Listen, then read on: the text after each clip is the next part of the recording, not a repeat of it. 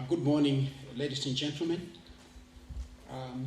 It is a pleasure for me to have an opportunity to introduce our Honorable Minister of Higher and Tertiary Education, Innovation, Science and Technology Development, Professor Dr. Amon Murwira. Professor Dr. Amon Murwira, as we all now know, is a full professor in a number of disciplines, which include aerospace earth observation, unmanned aerial vehicle or drone technology applications, satellite remote sensing, geographical information science, and global satellite navigation systems. Therefore, when he talks to us, the university and tertiary education sector, and the nation about science, innovation, technology, industrialization, and commercialization, he is talking about issues that he has studied, issues that he has taught, and issues that he continues to practice and to lead us in the higher and tertiary education sector so that we take our key roles of developing this nation in terms of Vision 2030.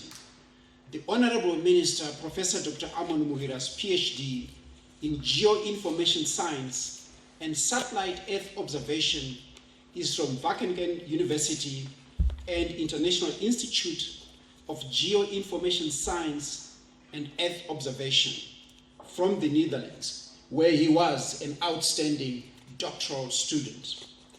Professor Murwira has been a board member in key institutions such as the Research Council of Zimbabwe, the Civil Aviation Authority of Zimbabwe, and as a vice chairman, and of the Forestry Commission as chairman, the Minerals Marketing Corporation of Zimbabwe, the Mining Promotion Corporation of Zimbabwe, and the University Council of this august institution. Under the leadership of His Excellency, the President of the Republic of Zimbabwe, and Commander-in-Chief of the Zimbabwe Defense Forces, Comrade Dr. E.D. Mnangagwa, the Honorable Minister and his team in the Ministry of Higher and Tertiary Education, Innovation, Science and Technology Development, has reconfigured the ministry from a consumptive ministry to a productive ministry by implementing Education 5.0, that is heritage-based, to transform fully the higher and tertiary education system in Zimbabwe. Honorable Deputy Minister, Chair of the University Council, Professor Mzita, the Vice Chancellor of the University of Zimbabwe, Professor Mafumo, Vice Chancellors attending virtually, senior management of sister universities that are also attending virtually, I have the pleasure to present our Honorable Minister, Professor Dr. A. Murwira, and request him humbly to address us. I thank you.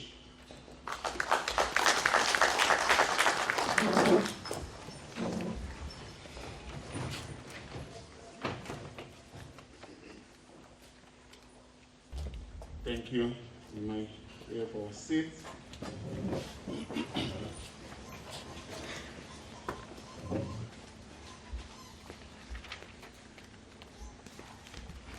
Thank you very much. Professor Jimbo,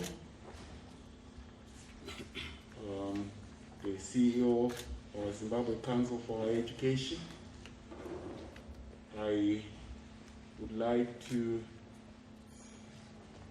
say Chairman of Council, Chairperson of Council, Mrs. Mzite, Deputy Chairperson, Honorable Deputy Minister, Vice Chancellor of the University of Zimbabwe, University of Zimbabwe Executive and Directors. May I say all protocols observed. I just want to talk on a topic very shortly, on riding on Education 5.0 philosophy, Ride Zimbabwe, its industrialization and modernization agenda. The issue that we are talking about is an issue of industrializing a nation, of making a nation be able to do things for itself using education. I know I will be giving closing remarks, but now I'm contributing to a debate, and I will be very short. So I want to start by people when they say, and when I look at Twitter, these people in government, they are asking universities to do innovation and industrialization. But when will we learn?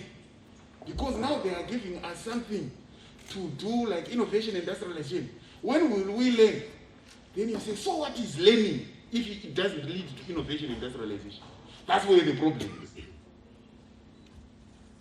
So when you say universities should not make sanitizers, who should make them? And where would they have studied? So what is learning? What is education there? If it's leading a person to desperation, to say, you see, I finished my degree, right now I don't have a job. And they are proud to say it, they are blaming somebody for not having a job because they are educated. Surely if you are educated, you should have a job. The fact that you are educated and you don't have a job, it means your education is the problem. In other words, we should have gone very far as a continent, were it not because of our education. So that education has to be redefined to say, what were we learning? We have gone to the extent that at some point, people tell you, the standards are going down. Yeah, we used to have British education here. Cambridge and British education, Oxford, and so forth. Then you look at a person and you say, are you sure you were receiving Oxford education?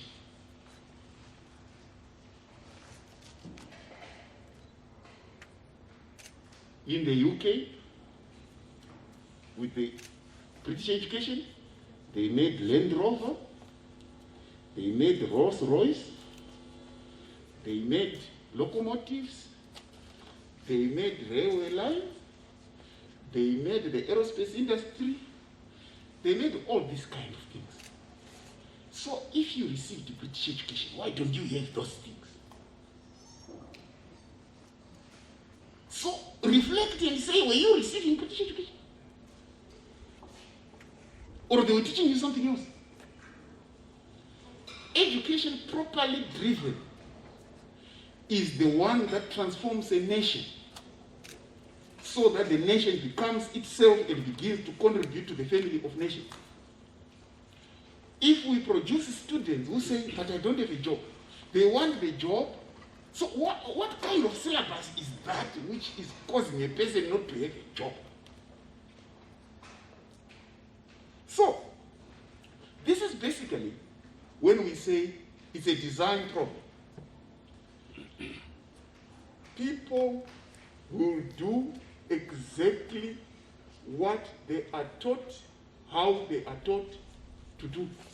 And education, therefore, it's not about knowing the facts,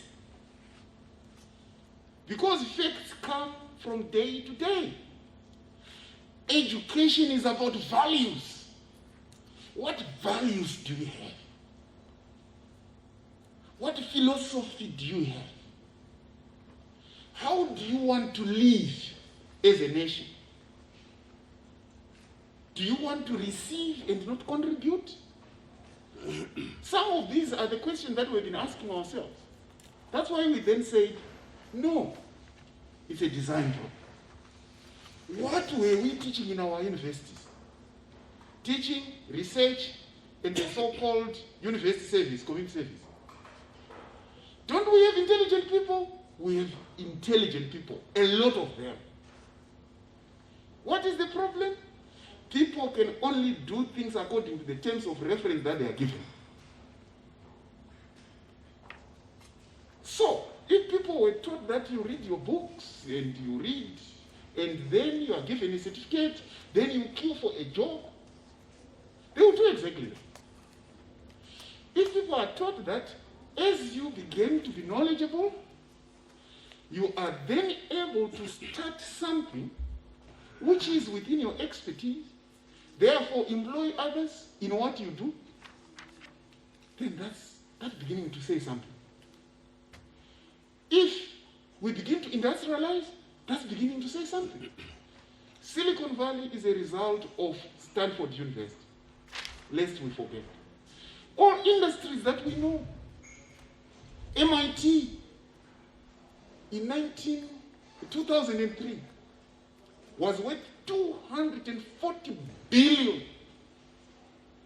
But yet, in our systems, because they were meant to be subservient, people are fighting over 10,000. Oh, I want a grand. How much? 10,000. 10,000. Why are we so small? Why do we think so small?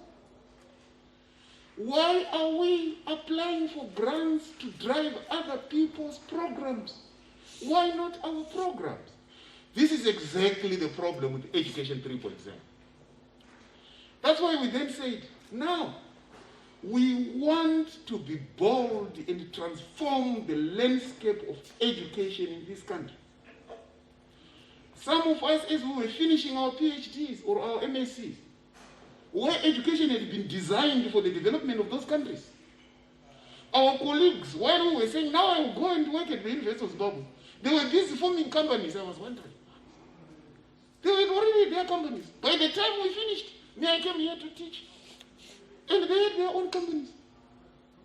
And here, at some point, when you said, I want to start making these things, and whatever, making these things, I know many people here, they'll say, you're wasting the times of the student. Then, making things waste time for the student. So what are they learning? Learning must lead to something that you must be able to do. So, what is the secret behind Education 5.7? It is a way to liberate a people from the servitude of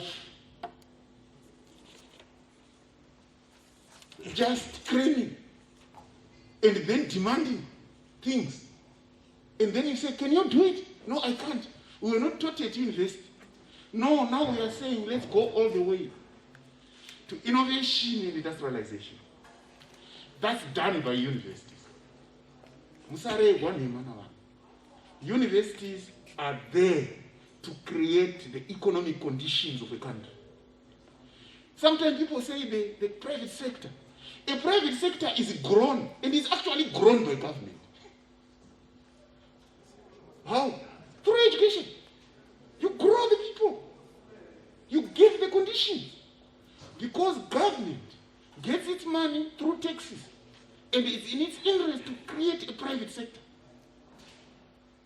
That's why it is important in our graduate innovators program that we make them private players, but we give them the first money. Let them grow the way they want. We know we'll get money from them through tax. That is the idea. It doesn't have to be parastatal. But it's in our interest to grow that private sector. That's exactly how Education 5.0 will grow this country. Because sometimes, because we're so used to being pampered like children, we say, because 100%, it must be 100% owned by government. Why? Why should I bother myself with the administration of a company? I just want the tax.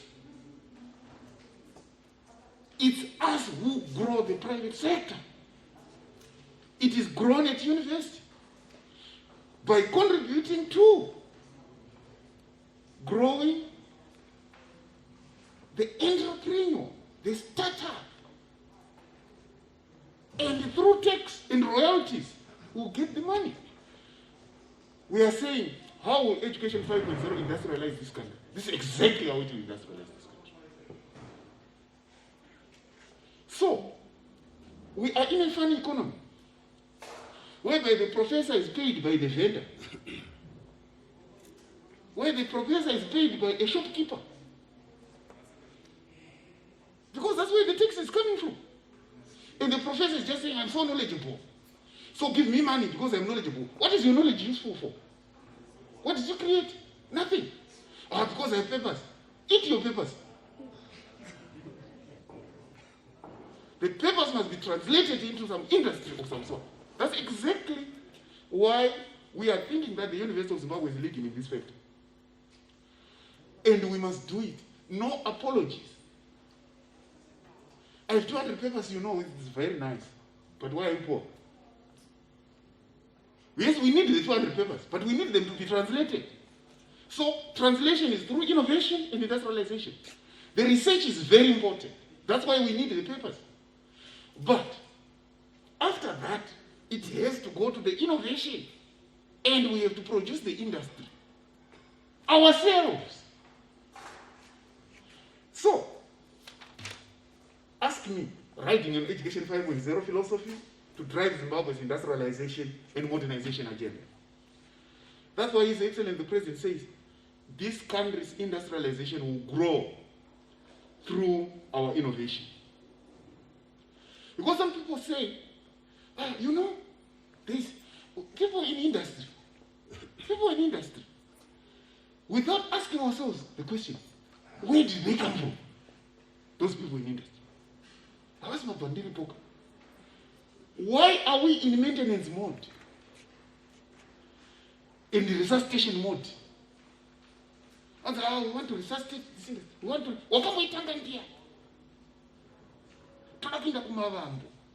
Resuscitation mode. You know, I used to work. You know, when I was a tailor one, it used to be like this. Now we need to resuscitate. No, we want to go back to Pastino chair. We now have wireless. Move. So we are not, and we should not be in a maintenance mode. You know, when we were here, NRZ used to have so many locomotives. What were they, those locomotives? Steam. No! When electricity. Move! So railway will still be there, but it will be different. Grow it differently. So we expect universities no longer to be places whereby people just stand in class from 7 to 7. No, there must be time that is allocated for teaching, maybe 25%. Maybe research, maybe 25%. Maybe community outreach, maybe 5%. Maybe innovation, maybe 50%.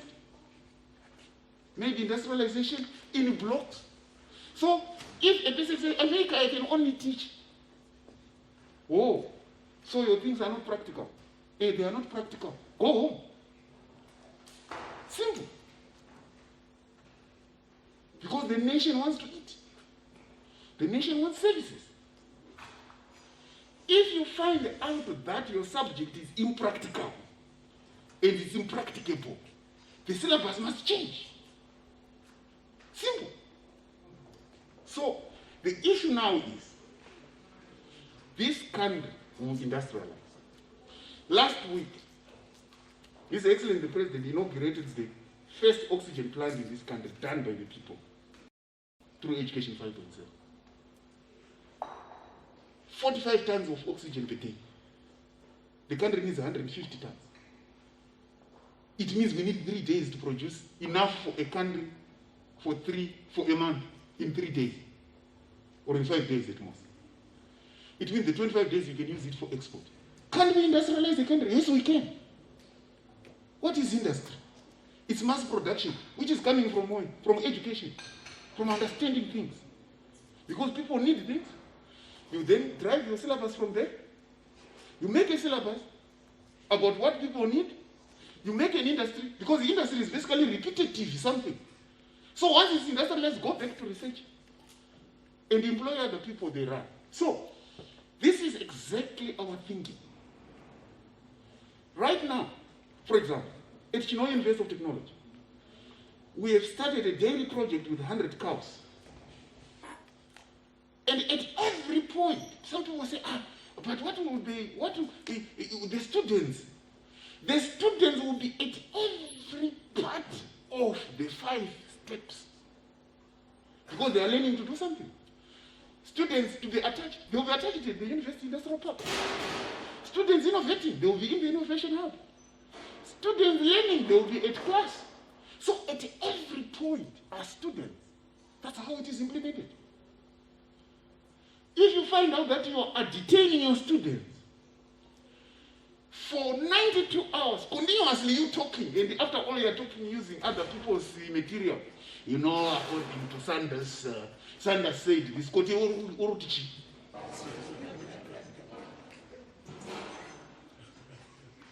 So it's a revolution. And at the beginning, sometimes people think we are joking. No, Sarah. Now, Vice Chancellors, this is what I think in terms of how we industrialize this country using education 5.0. But it needs 5 pillars. I'm going to finish now, so that we can discuss. We need the program infrastructure to be correct. The programs must talk to what we want to achieve as a nation, because that's education. As I could have been better way, it's not my education, because of my education. The programs must, you know, we talk about this, we talk about, but what do you do? No, we talk about this. What do you do? The staffing has to match the needs. To say what kind of people do we have and do we need? 3, the physical and digital infrastructure. The financing infrastructure. And the legal infrastructure and legal frameworks. Very important. We are saying the University Acts will be changed, are going to be changed by December, so that it's very clear what you have to do. Even if they don't have to change. We changed the Manpower Planning and Development Act, which is the principal act, which says every university shall have an innovation and industrialization fund. And every university must be teaching, research, community service, innovation, industrialization. And the university shall be measured by the number of startups that you start, as well as the publications that you do. Both. Not at how many people brag about how knowledgeable they are. So the legal infrastructure has been changed. Right now, within the next few days, the Center for Education, Innovation, Research and Development Bill will be signed into an act by His Excellency. Which means we are going to fund innovation in a very big way. With the little or more resources that we have. So that we get hold of our destiny. The Education 5.0 design aims to equip the general population, including youth and vulnerable groups, with demand-driven technical and entrepreneurial skills, with a view that they would intend actively contribute towards a turnaround of the economy, including rural industrialization. Government is providing the mechanisms of making Education 5.0 operational through industrial skills development programs, academics-driven Education 5.0. Do you know we have a budget? And they have written to all universities to say, anybody who wants to do research in terms of academic, of Education 5.0, writing books, critiquing, can you give us proposals for people to start writing books, articles? I've not seen one for the past 2 years.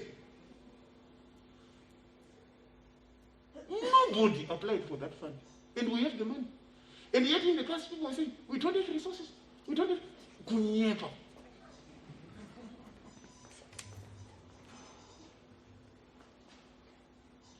And we said, academics literature development program. We have the money. We wrote all the vice chancellors. Nobody asked for the money. We said, student international exposure program. We want to send our students all over the place. Only one trip happened to Uganda.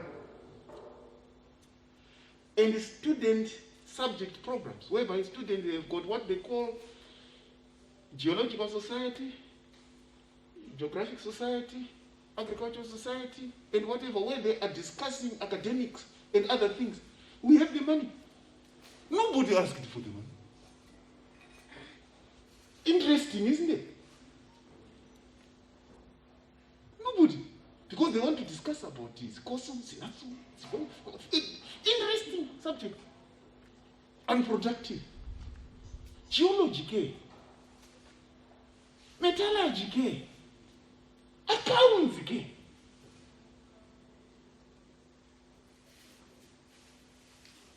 What am I saying here? It is a culture change. And as you shall see in my closing remarks, I will be telling you the steps that the University of Zimbabwe has taken that we believe are very important. How to industrialize a country. And we applaud you for that. I know before the end of next year, we would have finished the Queenary Hospital for the University of Zimbabwe. University Hospital, George Washington University Hospital. Whatever, University Hospital. That's what we want to do. So you have it. You will have that hospital. We will equip that hospital so that we see whether those people who said we didn't have resources can still say so. We will build the innovation in a very big way. We will sponsor the graduate innovator program. We will sponsor business development. We will sponsor all these things so that we industrialize this country. The last point that I was saying is, in the past, people used to say, because we don't have resources, it was a design problem. Resources are there, but resources are only there for useful things. So, I conclude by saying, to leave for the other discussions, Education 5, heritage-based Education 5.0, whatever you call it, but let me call it that way, will industrialize this country. But there has to be a shift of minds. And it's unavoidable. Because you cannot say, us in engineering and whatever, I want to work on a bridge. Us in an account, I want to balance on there.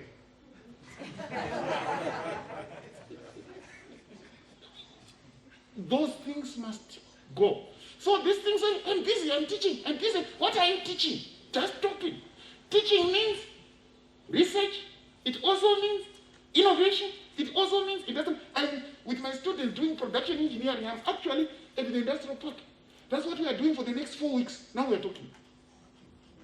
We are trying to make this gadget, hopefully purifying water, for the first time. I work with my students at Token course for the next 4 weeks doing that. Because our time was filled with talking.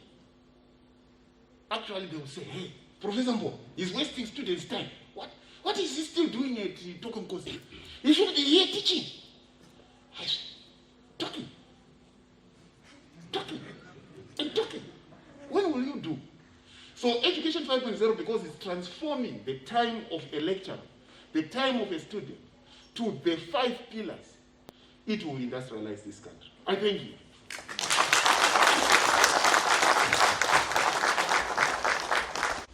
Colleagues, another round of applause.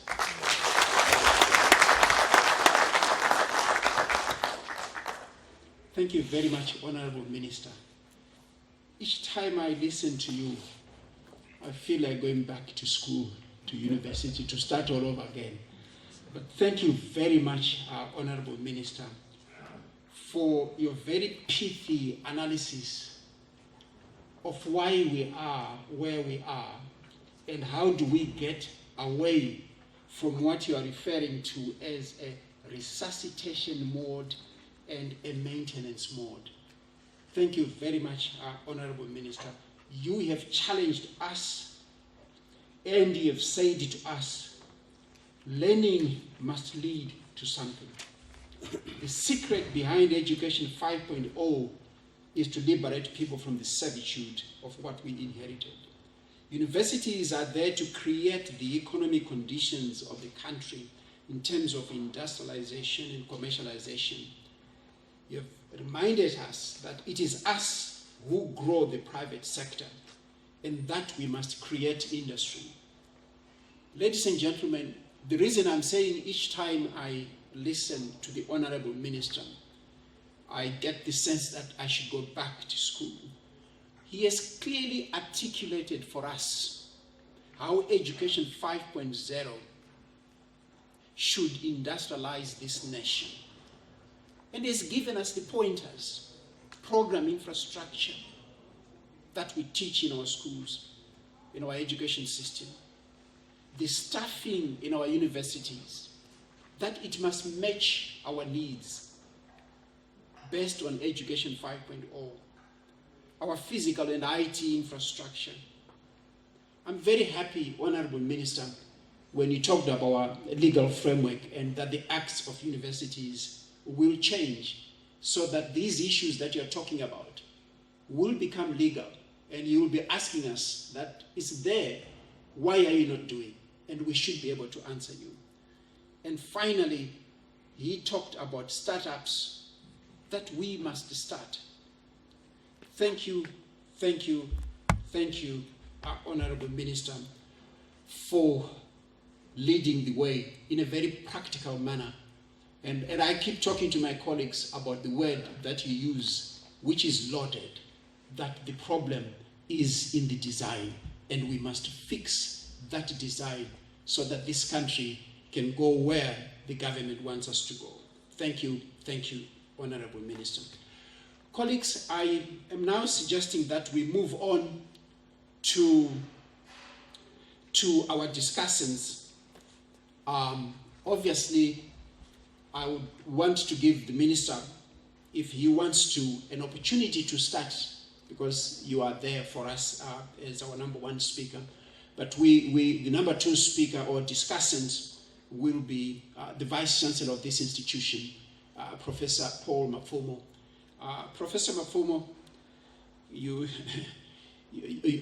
have no chance, because the Minister has said this institution is our premier institution. Some people may not like that. It must lead in terms of the transformation that is being talked about. And after Professor Mafumo is Professor Simbi, then Professor Zgobo, then Professor Mzidziwa, then Professor Engineer Dr. Kanukamwe, I won't talk, then Mr. C. Mugaga, and Dr. H. Rujito. Professor Mafumo, you are on the floor, sir. Thank you.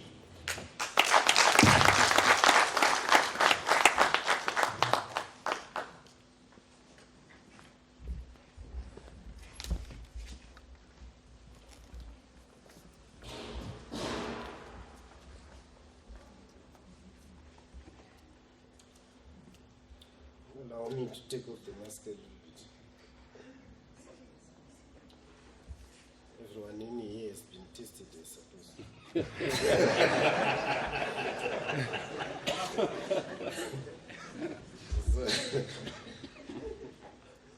Right. Honorable Minister, I want to recognize your presence. Honorable Deputy Minister, I want to recognize your presence. My Chairman of Council, I want to recognize you. CEO Zimche, representing the Permanent Secretary, I recognize you. Allow me to say all protocol observed. Honorable Minister, you have already given us a very loaded start to the discussion. But I just want to say a few points to allow this discussion to go on. And I want to take it up from where you said something about the design. I usually use the word architecture. When education becomes the problem, it is indeed what we struggle with. The problem with education when it becomes the problem is that it drills, indoctrinates, brainwash a whole population to the extent that if they pick the wrong words, pick the wrong philosophy, they defend that philosophy tooth and nail, even if they are singing. And that's the tragedy that we have not only in Zimbabwe but in most developing countries. The very people who defend the useless education are the very professors who are supposed to give education. So there's no starting point.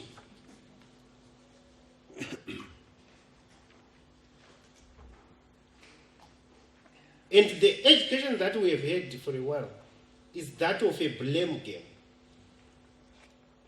If you try to make this flag, a person comes up, they don't see the flag. They see what is not on the flag. There are so many things that are not on the flag. Let's focus on what's on the flag. So there are people who say we critique, we analyze, we probably tell you what's not there, and so on. But we're saying let's talk about what's there. The person is trying to make a camera. You say, but he has no shoes. He has no shirt. We are making a camera here. I know I don't have shoes, but I'm making a camera. I don't need shoes for the camera. So, we have misplaced intellect in our systems. So we do have a lot of brilliant, intelligent people. But we don't have the philosophy. I want to ask today, Honorable Minister, and our distinguished guests here, we were colonized. And you know when we were colonized, we were taught new meanings, new words. We were even given new names. And my question is, since we were liberated by our heroes, this is August, why are we failing to colonize ourselves? That exercise, practical exercise. Let's just colonize ourselves. Occupy our space. Give ourselves new meanings. Give ourselves new names. Name our roads differently. Why can't we colonize ourselves?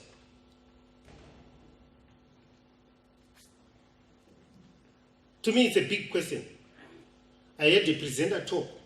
The presenter, when the presenter came in front, said, "This is Livingstone potato." I said, "Livingstone potato? I've never heard about the word Livingstone potato." Then the person goes on, because it was a video, I couldn't ask. Says Shesha. Senza, Shesha. No Livingstone potato. Kuwade kutangana hiyo. Wazoti bracket Livingstone potato.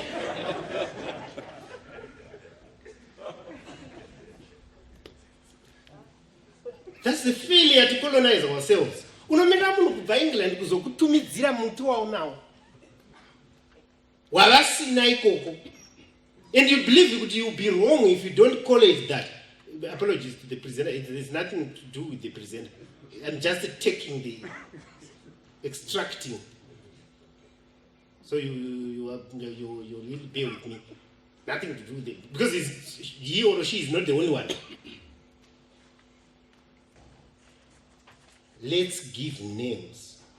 It's a show of integrity, it's a show of dignity, it's a show of self-esteem. If we are going to give our own names to things, creating new meanings.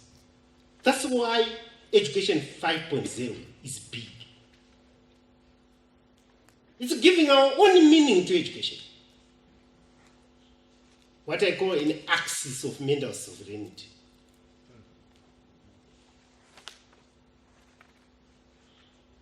So that we are able to answer simple questions.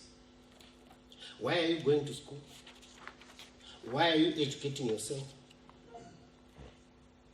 What do you want to be? And what do you want to do? Who wants what you are producing? Who wants your education? Who is waiting for you to say, Kanango pedza kudzidza uchauya pano? When we grew up, people were telling us, send your children to school. You know, in Shona, when people say send your children to school, it means they will come back and be able to do something. That's sending. It's a totally different meaning. We are sending them to school so that when they come back, we will not be poor again. You go to chikoro uti papers. Otorowa mai. Kuti mombe dzakaendepi.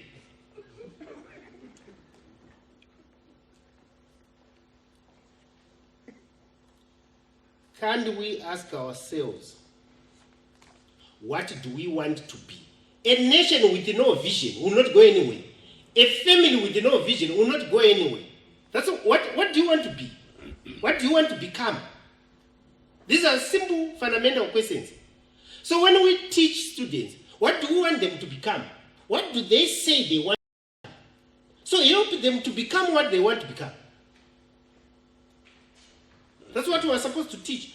I will end there, Honorable Minister, by saying, when I was working with people in the villages, and people in the industry, I used to gather people in the village and those in the industry together, and we were talking. When you ask hard questions, those who are seemingly sophisticated, they would come back to you and try to whisper and say, so, Professor Pamne Mukuno, my students, Ananga Anan. At one time in bed, I said, my students are whatever. I hate them. So, it was like, it's okay, at least. So I said, I'm going to couldn't get it.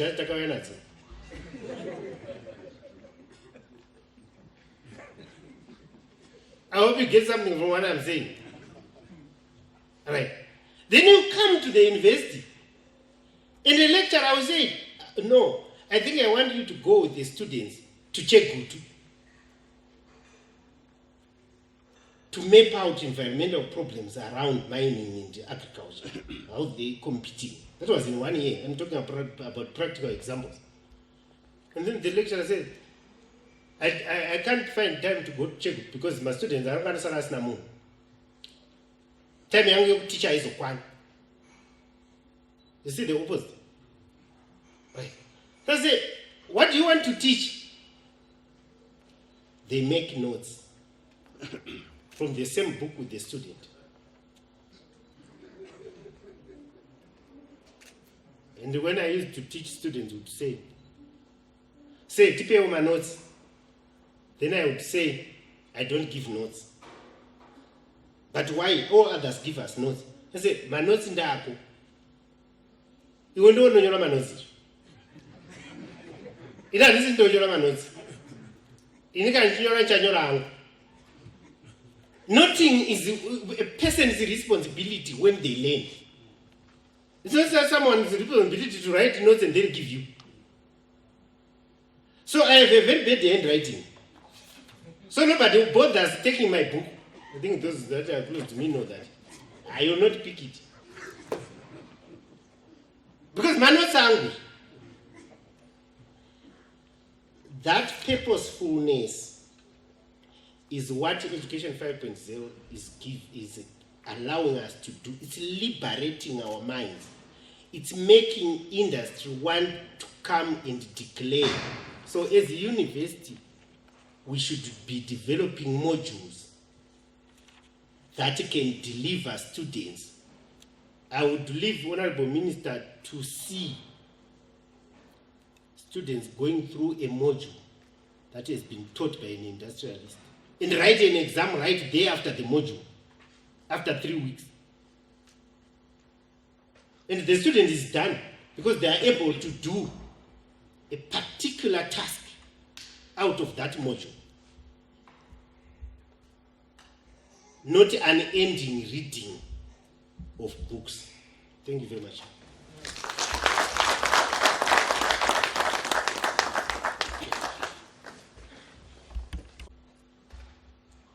You asked a very critical question, which is at the center of a liberatory education. We were colonized and taught new meanings. But some of us as teachers, as academics, refused and failed to create new meanings. And you said we were liberated, but why are we failing to colonize ourselves? As a social scientist, I would say, why are we failing to name and rename ourselves? You went further and said, let us give names. That means creating new meanings that are transformative, creating new meanings that are liberatory, creating new meanings that are local, and creating new meanings that are original, and for want of a better term, creating new meanings that are autochthonous. That is ours. You reminded us and asked a very fundamental question. Why do we send our children to school? Why do we send our sisters and our brothers to this university? That's a question that all of us must ask. And what you are pushing us, Professor Mafumo, is to redefine and reimagine the notion of purposefulness and to rethink what we mean by deep and transformative learning. Thank you very much, Professor Mafumo. Ladies and gentlemen, I now call upon Professor D.J. Simbi, Vice Chancellor of the Chinhoyi University of Technology, to talk to us. Thank you. Professor Simbi, you are on the floor. Good morning, colleagues. I recognize the Minister, the Honorable Minister, the Honorable Deputy Minister, the Permanent Secretary is represented, CEO of ZIMCHE, government officials present, Vice Chancellors, Deans, colleagues. We are so grateful to have such a presentation by the Minister and also now by the Vice Chancellor of the University of Zimbabwe. I'm Professor Mpofu, standing in for Professor Simbi, just reacting to this topic from Chinhoyi University of Technology. Indeed, the Education 5.0 philosophy has lived to the expectations in the sense that as a guiding principle for behavior change among students and also among the content experts, the lecturers and the researchers. It has presented the existential realities that, as the Minister has alluded to, that we should not be worrying about resuscitating industries. Yes, if we can, it's good, but we must be able to grow our economy through creating new industries. And this can only come from an education system that produces goods and services. If we massify the goods and the services, new industries will be born, and this will lead to the generation of solutions that addresses national issues, and it is very, very important that education is seen to contribute to the gross domestic product. We also have to take advantage of what is around us. We've got the bumper agricultural season, we've got bumper mining that is happening, bumper tourism, peace and security, and many of the good things that are happening in our country. So we must look at the design of our education system. We must look at the design of our programs in our higher education system.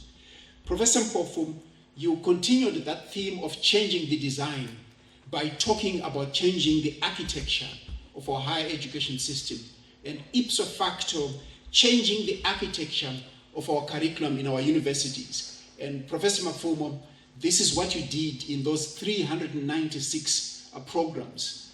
I was a little bit right behind you, and I saw what was happening. And thank you very much for your statement, which I want to say in Shona right now. I hope you pardon me. Chini chitira kuchibvarura kana tachibvarura togochisona pacha. In the social sciences, what we say is that we want to deconstruct our university curriculum and reconstruct it based on our own needs and where we want to go, as the minister is saying. And we thank you and your leadership, the deans, the HODs, for doing what you did. Professor Mpofu, you talk about us making sure that we really need to interact with other VCs. And in the process, you acknowledged the role that UZ has taken to take a lead in terms of the research week. And yes, if this was physical, Professor Mpofu and ladies and gentlemen, it was not going to be possible to have the whole country at the same time taking part in what we are doing right now. If we wanted every student in this country, if he or she had access to a device, they will be listening to what we are saying right now. Therefore, thank you very much, Professor Mpofu, and thank you very much, Professor Mafumum, for helping us to embrace the deconstruction of space, of time, and of distance, so that the whole country becomes part and parcel of what is going on. And thank you for ending your discussion on the notion that students must be exposed to ways in which they produce goods and services. I like the example that you gave us. So thank you very much, Professor Mpofu, for standing in for Professor Simbi, who is not quite well. Ladies and gentlemen, let me now call upon my colleague, Professor Rungano Zgobo from the Great Zimbabwe University. Professor Zgobo, you are on the floor. Thank you very much. Thank you very much indeed. Honorable Minister. A round of applause for Professor Zgobo. Because of time factor, we cannot continue to use the same meanings. We must change our meanings. You have re-emphasized the notion that an innovative university is an agile institution. An agile institution changes. I think those of us in medicine, you say there is this issue of negative entropy. The institution must continue to import and export energy. It must continue to import and export knowledge from within to outside, from outside to within. So the notion of an agile institution, ladies and gentlemen, is very critical. I may even hazard to say, in our faculty board meetings, in our departmental board meetings, these issues of agility in terms of the role of the faculty, in terms of the role of the department, and in terms of the role of the university is critical. Professor Muzidziwa emphasized issues of sustainability. Again, this is something that the minister talks about. And he has demonstrated this by ensuring that all universities are well funded. So Professor Muzidziwa talks of sustainability as far as attitudes, beliefs, and behavioral changes. And the behavioral change must start with the Vice Chancellor. Professor Mapfumo, thank you very much for demonstrating this type of leadership, that change starts right there in the office of the Vice Chancellor. He emphasized the notion of strong networks. Obviously, we are not an island. We are part and parcel of a social ecosystem. And he talked about a topic that's very close to my heart, that knowledge and reality is socially constructed. That knowledge and reality is co-constructed. Therefore, we must co-construct projects in our ecosystem. And thank you very much, Professor Muzidziwa, for emphasizing the notion of a triple helix. And we all know we have gone beyond 3 to 4 to 5 to 6 to 7 to 8. I can't even pronounce that. But thank you very much, Professor Muzidziwa. Ladies and gentlemen, let us now move on to the Vice Chancellor of the Harare Institute of Technology, Professor Engineer Dr. Quinton Kanukamwe. Dr. Quinton Kanukamwe, you are on the floor, sir. Thank you very much. Professor Kanukamwe, thank you very much for first of all acknowledging the leadership of the Honorable Minister in terms of his clear articulation, not just of the idea of Education 5.0, but of the praxis of Education 5.0. And it has now become, as you say, a household name in our universities. And therefore, Honorable Minister, we really want to thank you for reifying the notion of Education 5.0. Most of us used to think, no, this is an abstract issue. But you have reified it, you have made it real. You have actually even given it qualities that we can see it over there, it's working. So there is no reason at all for any institution in this country for not going that route.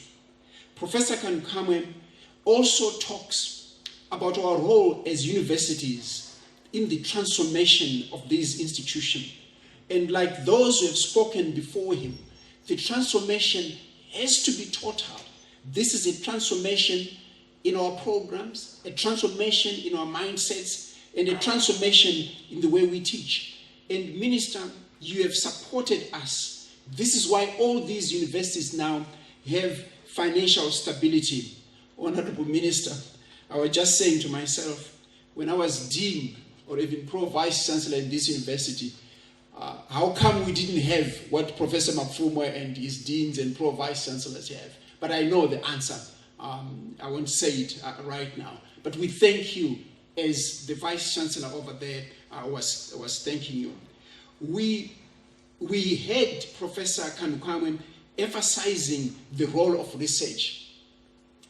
And I think, Honorable Minister, you are the motive force. I may even hazard, and I apologize for using this term, you are the spirit behind the notion that research has to be part and parcel of what we do. And you have taken it further to innovation.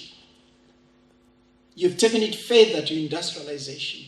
And you have taken it further to commercialization. I listened attentively when you talked about the example of most of us who started outside. That when we finished our PhDs, we're happy to go home and come and be employed. Our classmates had already started companies. And I think that's a very powerful statement which we really need to think of as people who are leading these institutions. So, Professor Kanukamwe, thank you for re-emphasizing the notion that we must put the issue of services and products, the issue of a university making sure that it produces goods and services on the table, so that when our students leave these institutions, they don't go out there and say, I beg to apply for a job, that they actually start to do something themselves. So thank you very much, Professor Kanukamwe. Ladies and gentlemen, Honorable Minister and other guests, the Mr. C. Mugaga, I'm told that he is not available. Is that correct? Thank you. So we now go on to the CZI President, Dr. H. Ruzidzo. Thank you very much. Honorable Minister, Professor Emon Rubira, Honorable Deputy Minister, eminent Vice Chancellors on the panel, my colleagues from industry, fellow delegates. First of all, I think let me start with a disclaimer, two disclaimers actually. I was president of CZI until about 2 weeks ago. So we have a new president who presented on Tuesday and asked me to present today. And then also, I'm not yet a doctor, although I think it's an important hint. I'm an engineer. This is indeed a welcome first for us in industry to sit and discuss industrialization with senior members of academia.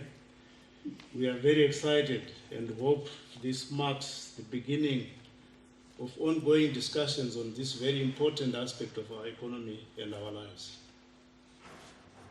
We welcome the thrusts of Education 5.0 with its objectives well aligned with our own objectives. We want to industrialize, we want to modernize, we want to be competitive as industry. We have watched the universities respond to the challenges in our economy through projects such as the ones on sanitizers and lately the big one on oxygen manufacturing.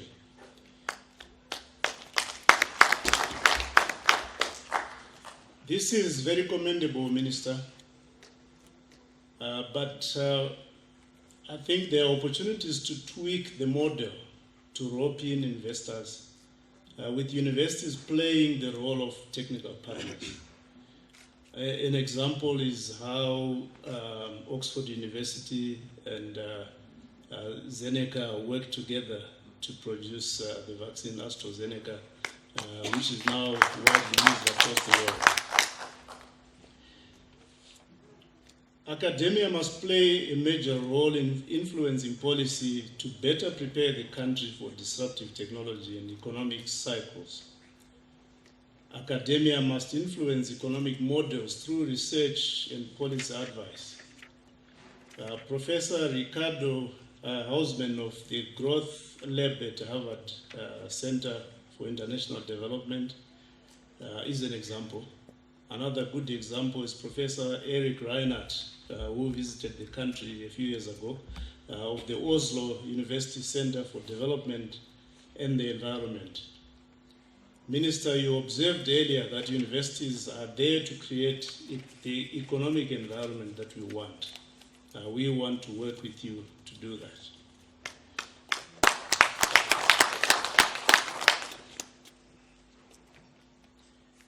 Industry and modernization champions must not only be universities, but must be our various industrial sectors working together with academia.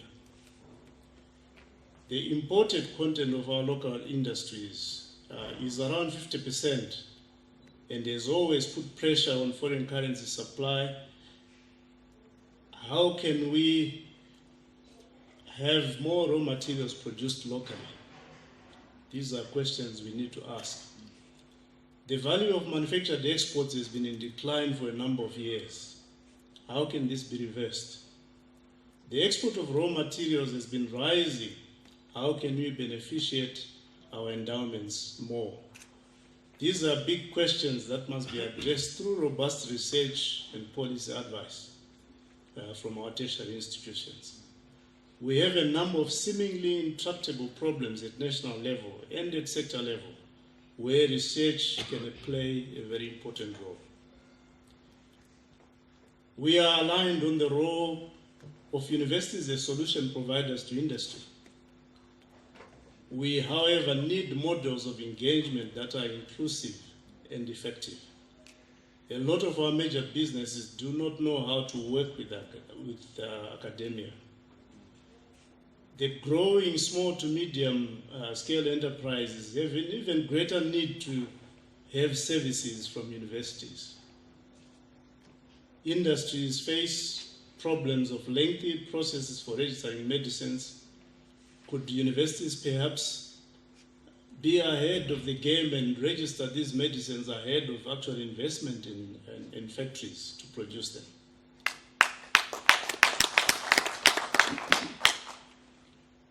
Stock feeds have proved to be a big problem for our livestock industry. The pricing has been a problem. A number of reasons are proffered for that. But can we not find solutions to this very big problem that is affecting the economy, across the board? How do we value add agriculture commodities and our minerals? Can we produce equipment for renewable energy, the solar panels, the inverters, the batteries? Can we develop local substitute for imported raw materials so we can reduce the 50% import content that I mentioned earlier? Can we develop appropriate technology for gold processing? I think the industry still uses stamp mills and such, which have been used for many, many years. Is there better, more appropriate technology that can be developed? Our urban councils have big problems treating water. Can we find solutions that are more appropriate, that can utilize local chemicals to treat the water? Our small to medium scale enterprises, I think Professor Zobo, earlier said, universities must be in the communities. We have watched the enterprise in Glenview on furniture. Can we help those with appropriate machinery, with appropriate raw materials, the glues, the paints that they use, so that they don't have to go and import this from South Africa? This vibrant steel industry in Bari there, can they have maybe simpler machinery that can help them to upscale what they are doing there? Can the technical capacity in our universities, our laboratory services, computer technology, research capacity, access to international technology or technical institutions, can it be utilized better? Finally, it is important that a well-functioning economy is important to all of us, both in business and universities. An economy that provides jobs for graduates from our institutions, an economy that requires services from universities, an economy that is growing and requiring more skilled manpower. Let's work together to turn the passion of the minister into reality. Thank you, ladies and gentlemen.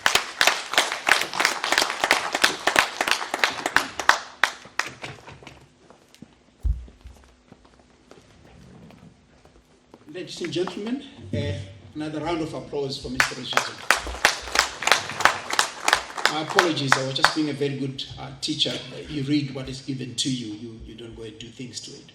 But thank you very much for your presentation, and you continued the same theme. And as you talked about university industry linkages, I would want to suggest that you should probably, if you haven't done so, you have a meeting with Professor Mafumo and probably with other vice chancellors. What UZ is doing, I'm not the best person to talk about what UZ is doing, but I'm aware of what's happening.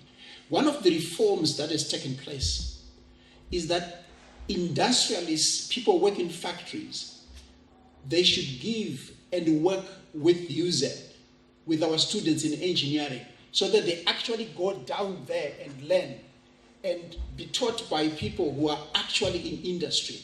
And for me, that type of transformation addresses what you were talking about.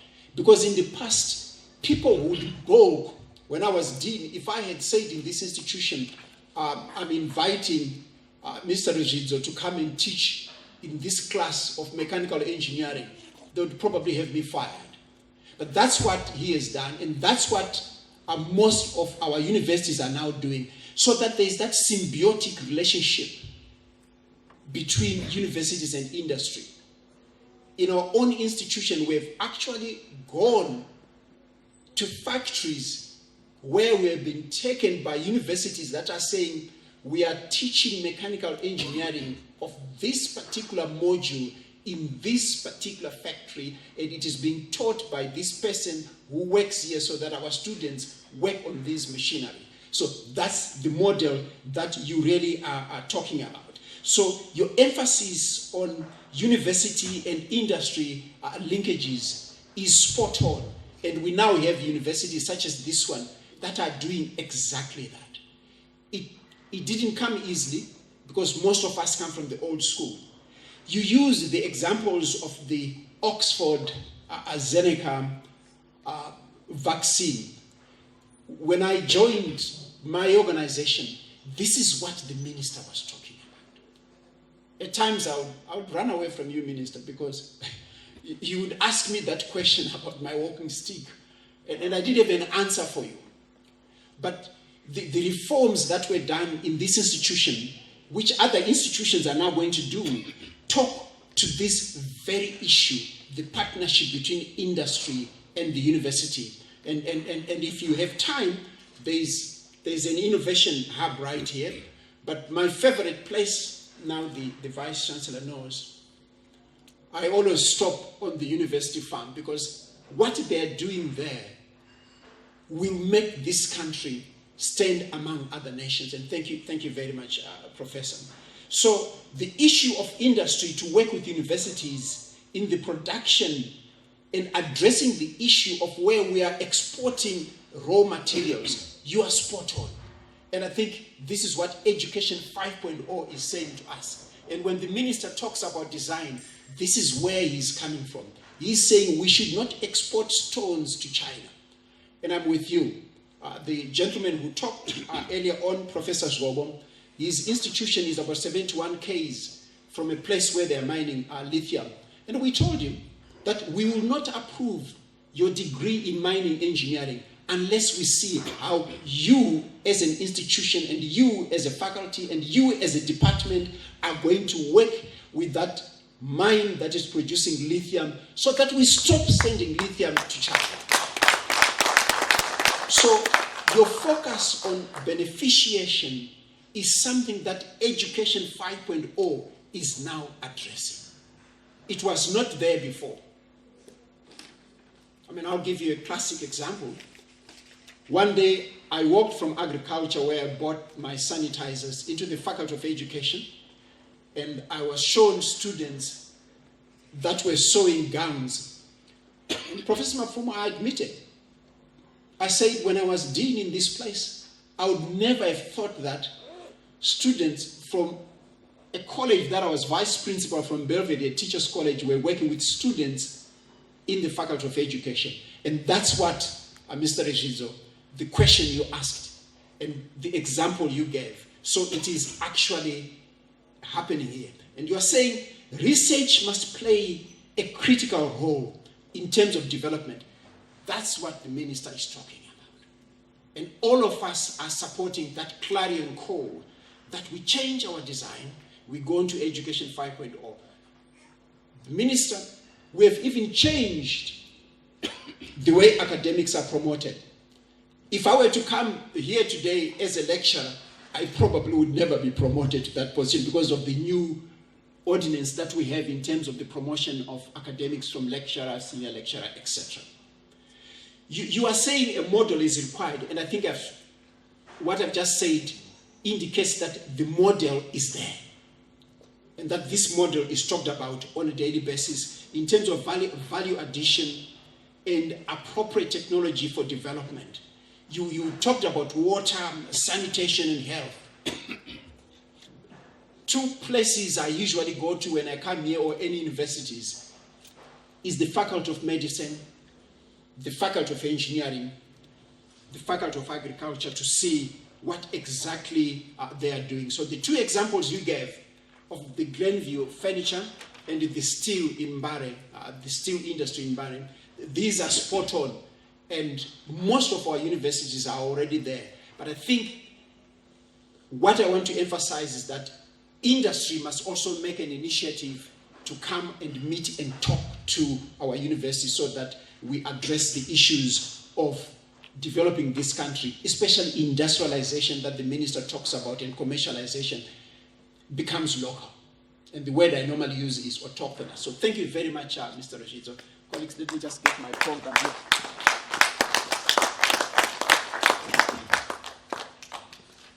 Thank you very much, ladies and gentlemen. The next item I have on my program is adjudication, feedback by the chairman of Research Week Quality Assurance Subcommittee, Dr. N. Wekwete.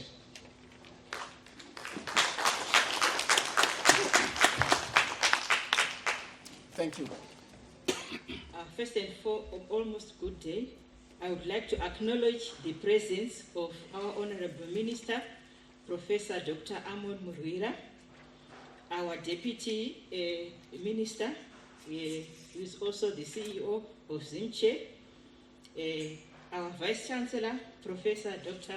Mafumo, our University of Zimbabwe Council, the Chairperson, Mrs. Mzite, and the University of Zimbabwe Executive. All protocol observed. This year has been a very, very exciting and a challenging experience that we went through. Judging this research week was very interesting, and we also needed to be innovative as judges.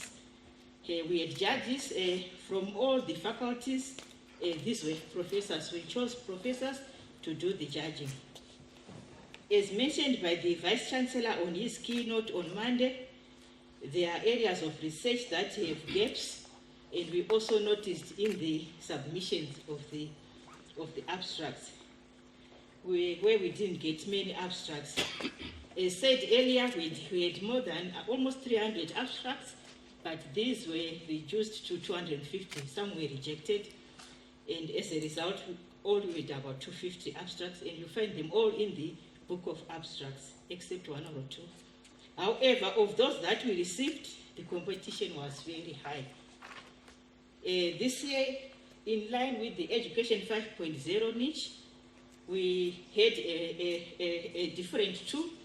All the other two research weeks, which happened in 2017 and 2019, we were more concentrating on the presentation itself. But this year, the tool had three areas. The presentation itself, which we are all familiar as researchers, as teachers, and then the innovation part.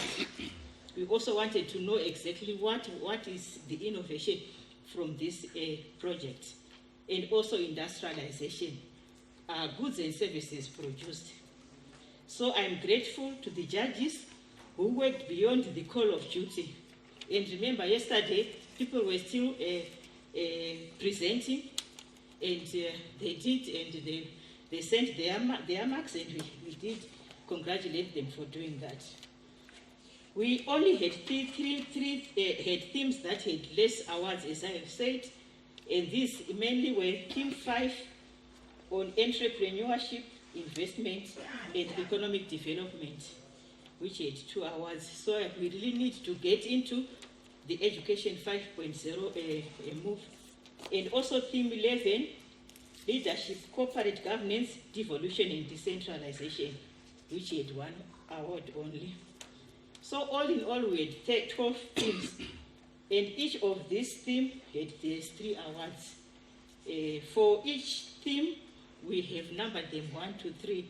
So these awards are going to be presented according to these numbers 1, 2, 3.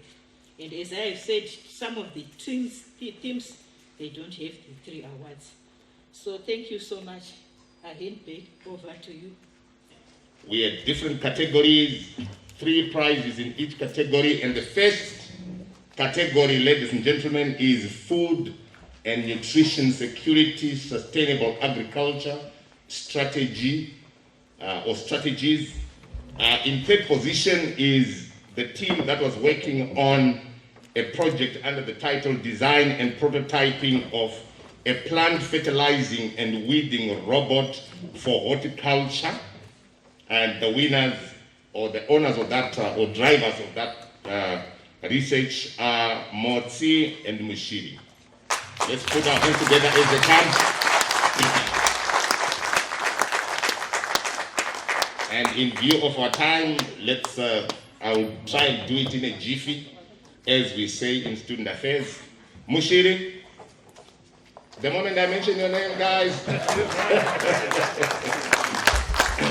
And in second position, Honorable Minister, we have product formulation and quality evaluation of protein bars enriched with edible insects. And the owners of that project are Makore, Mvumi, and Mtambana.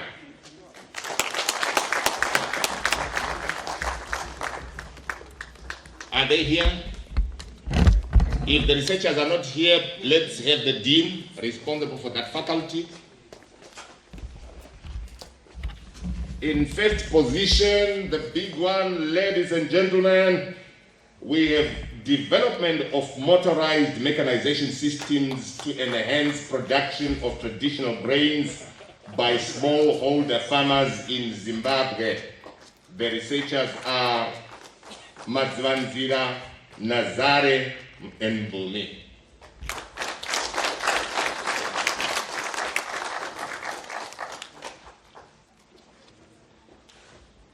So we are done with that category. We now go to theme 2. And our theme 2 is human and animal health, COVID-19, and other global pandemic disaster preparedness. In third position, ladies and gentlemen, we have project convertible handheld infant transporter, HHIT thermal care incubator, done by Chimuya, Mushiri, Moyo, Mangwiro, Chimini, Mangiza.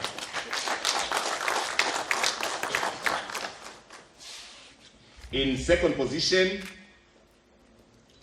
project motherhood, using mobile tech to influence behavior and improve maternal health outcomes.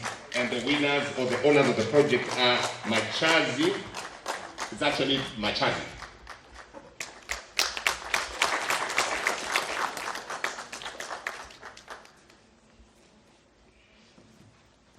Wonderful.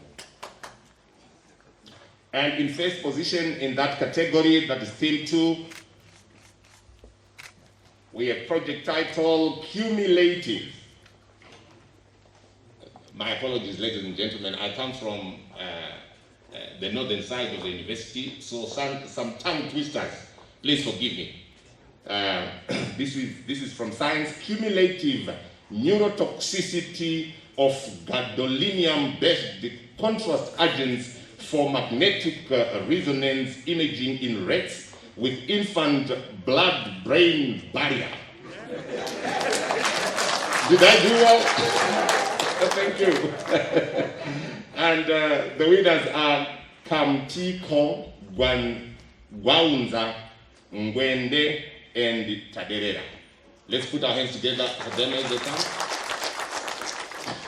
Are they here? And the dean?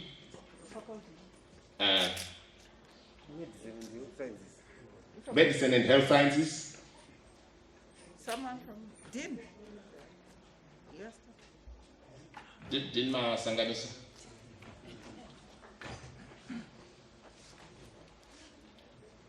As Dinma Sanganisa comes through, we go to theme 3, which is renewable energy solutions. And in third position, ladies and gentlemen, is design of a solar panel using materials locally available in Zimbabwe. And the winners are Kaunda and Manjengwa. Let's put our hands together for that.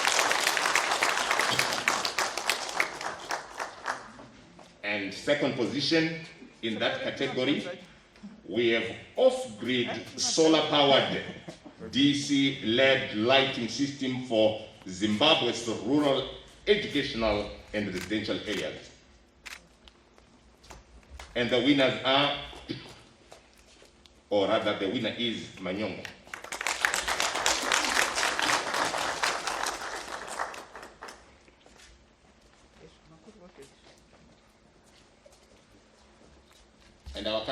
4, please advise me if I'm going too fast. Are you okay? No. I'm good. It's fine. Okay, thank you. Number 1 in the renewable energy solutions category is an automatic, that's the title, an automatic hybrid energy system for industrial and household resources management. And the winners are Wanali and Mahaso.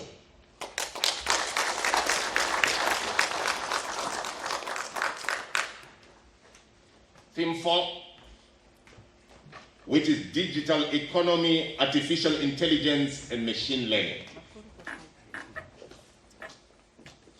Digital economy, artificial intelligence, and machine learning. In third position is the project under the title Design of an Intelligent Aerosol Disinfectant Producing Device, Case for COVID-19 virus.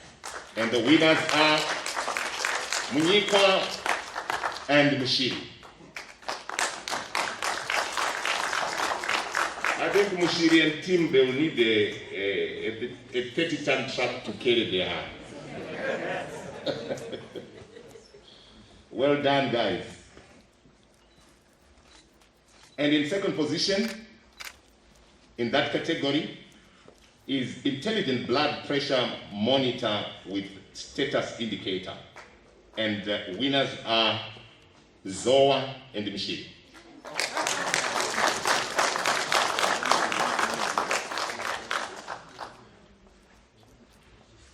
Michelle, are you related to the adjudicators? No, this man is hardworking. I've known him for a very long time. Well done, guys. And number 1 in that category, that is digital economy, artificial intelligence, and machine learning. My most sincere apologies, ladies and gentlemen, if you could mute our mics, or IT, just mute everyone, except me.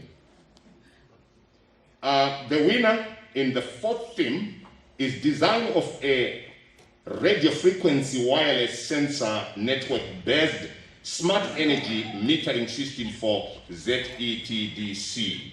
And the winners are Mangrazi, Marisa, Munyaradzi, obviously not me, Munochirei. Are the winners here? Maybe for the sake of my name, Munyaradzi, I could come forward. Engineering and the built environment. The dean, yeah.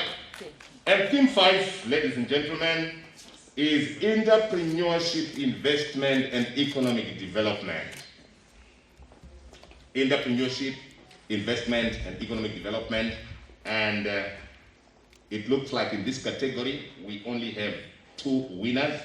And in second position, we have a project under the title Design of a Water Pipe Leak Detection System.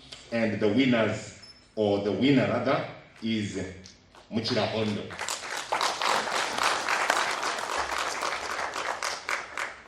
And in first position in that category is automated liquid detergent mixing machine for small, medium enterprise exhibitors, or small and medium enterprises. And the winners are Mapangela and Chikuku. Mapangela and Chikuku. The Department of Industrial and Mechatronics Department, that's engineering and the built environment. And Dr. Engineer Dinsa, please make sure that the winners get there. We are friends and we know each other from other circles.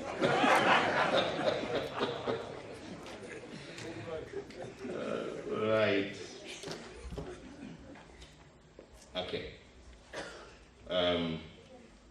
Sorry, let me just find myself. Where was I? Team 6. Okay. We go to Team 6. Thank you, Prof. I just wanted to check if people were following. Team 6, which is climate change, smart settlements, and environment. And in third position is a team with the title Mapping of Urban Sprawl Patterns Using Night Lights. And the winners are Usea, Masarira, and Togarev.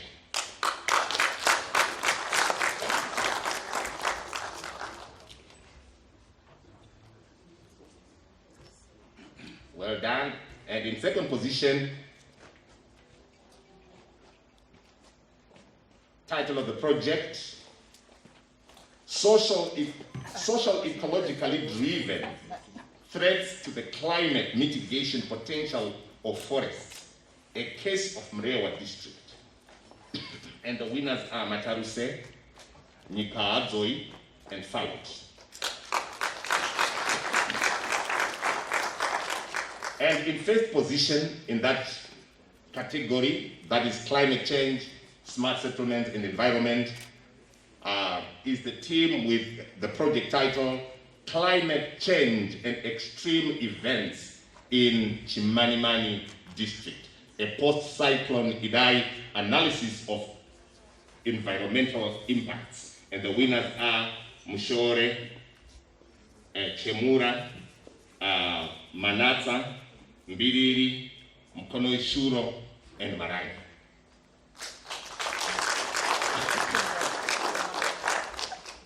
We move on to theme 7, human capital, infrastructure, and utilities development. And in third position is a team with the project title, Development of an Environmentally Friendly Substitute of clay brick and its application in housing infrastructure. And the winners are Butai and Nyaptsiko. Are they here? And the engineer, today he doesn't need to go to the gym, going up and down the stairs. That shows the dean is doing a fantastic job. Let's put our hands together for you. He's leading his team so well. And then in second position, artificial intelligence, drone for agriculture. And the winners are Gwezuva and Mushiri again.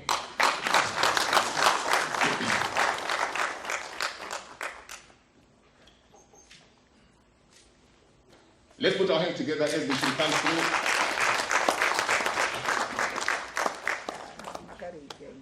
Amazing work ethos there. And in first position, upgrade of the Chindunduma water treatment plant. And the winners are Sauramba, Nyaptsikwa, and Makurira. You know, I just said this, the dean is working very hard. He's part of the team as well. That's the first position in that category. We move on to theme 8, models for heritage-based products and services. And in third position is a team with the title, or project title, Productivity Standards and Innovations for Zimbabwe Traditional Cuisine. And the winner is Mbasera.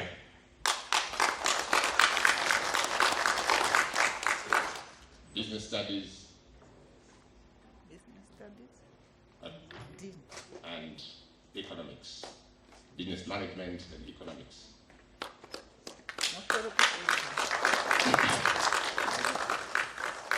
Well done, Dean.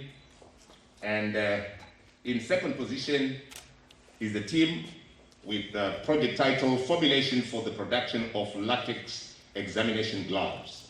And the winners are, again, Manjengwa is featuring, and Shamnoro.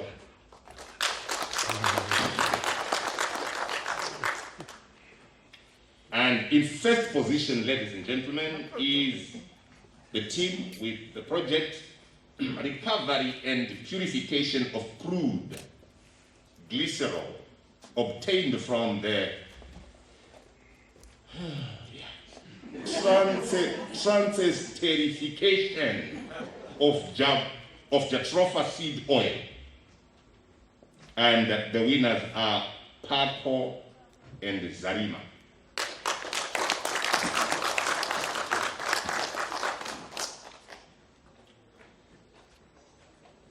We move on to theme 9, mineral resources, exploration, extraction, processing, and beneficiation.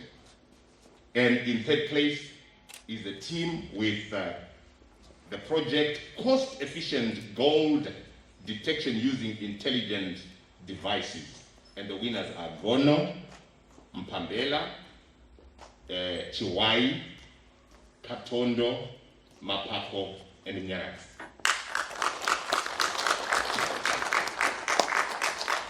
This is from the Faculty of Science.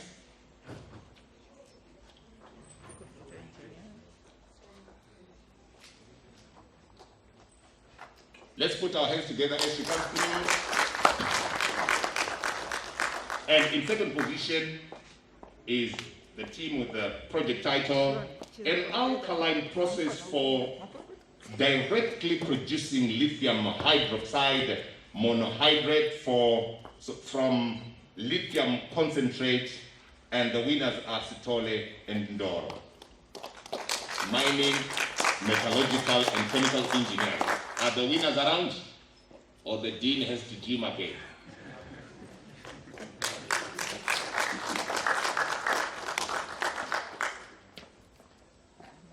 You know, Honorable Minister, I'm sure if we were still in Education 3.0, the dean would flog his people.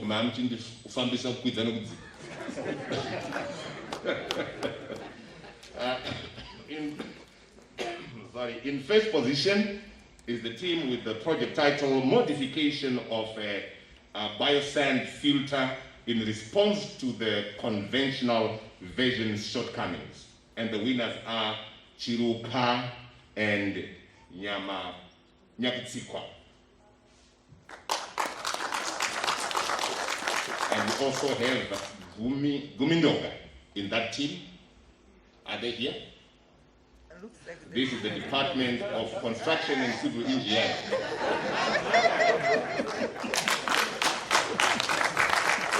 These guys are so lucky we are in Education 5.0.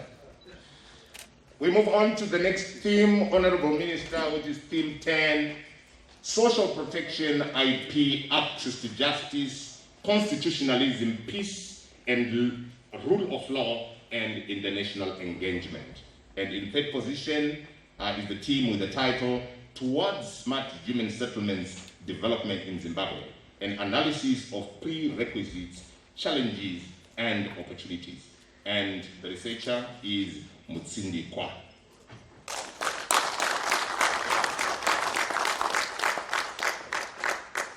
And in second position, ladies and gentlemen, is the team with the project title, The Open Courts Principle in Zimbabwe, a Linguistic Human Rights Perspective by Inovu.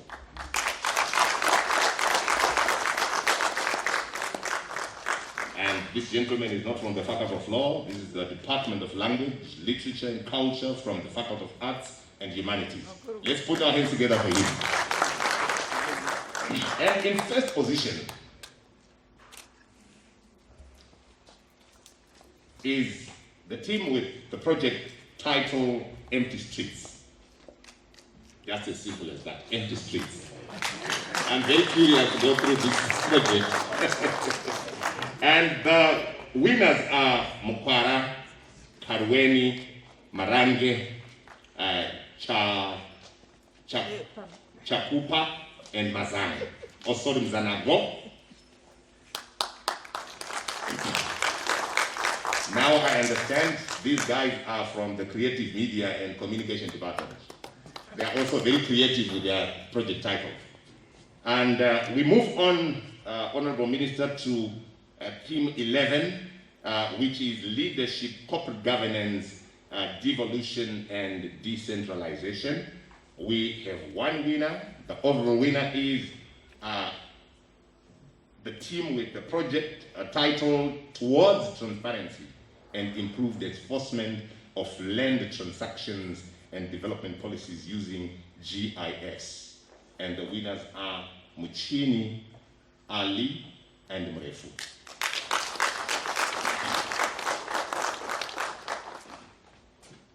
And finally, ladies and gentlemen, our last theme, inclusive and equitable education. And in the third position is inclusivity, that's the project title, inclusivity, people with disabilities and minorities in the context of coronavirus. And the winners are Matende and Mufutumari.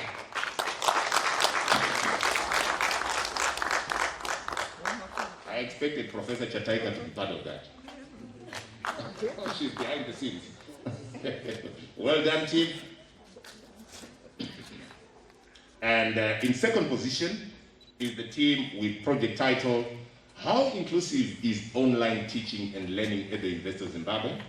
An exploration on the use of NVDA during Zoom teaching, and the winner is Birwai.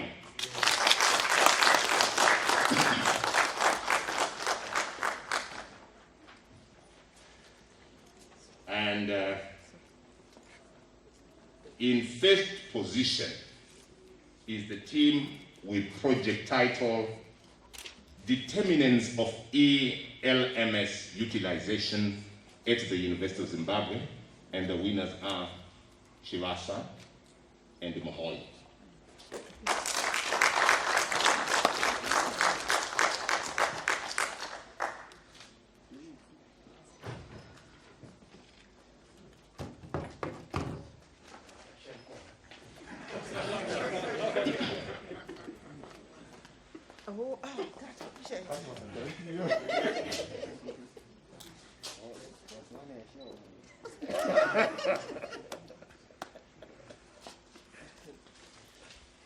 We are done, ladies and gentlemen. Let's put our hands together to our Vice Chancellor, Honorable Minister, and let's congratulate those that one. Buruna Muridoto. Ladies and gentlemen, my team responsible for floor, if you could just adjust our seats so that our VVIPs can take their seats.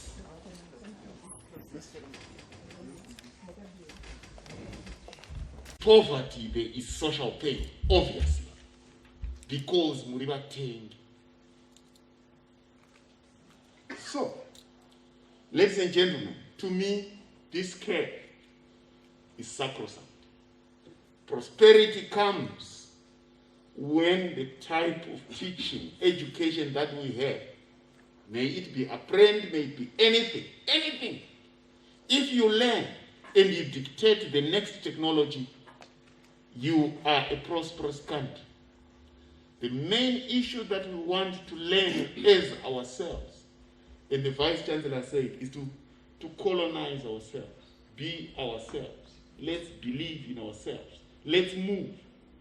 There is nothing wrong with us.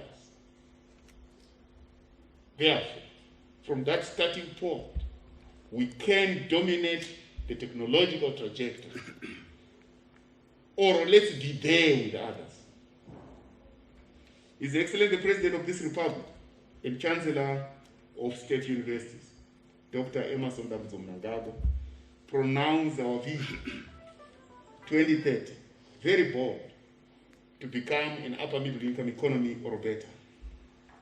So, in this regard, our grand plan is industrialization and modernization to fulfill this vision. There is the issue of capability. What are you capable of doing as a nation? Capability is a strong word. Munogone. In this grand plan, our higher and tertiary education system must be the provider and facilitator of wealth creation through dominating the technology trajectory via endogenous innovation that leads to the production of quality goods and services. Endogenous innovation. External investment or investment from external sources in a country is due to exogenous innovation being attracted to the endogenous innovation in that country. Remember, no one in the world desires to be associated with a nation of beggars. As soon as you become innovative, you attract more industrialization. It cannot be a speech every time whereby we say, we lack this, we lack this, we lack that, we lack this, and it becomes a song. And almost it becomes normal. For a person to say, when you tell your story, they say, so what are your challenges? If you say no, they become very unhappy. So if you say, you don't have challenges, story to Pira, I just go to the next question. Because the education was, you are educated to say, Tambra Stere.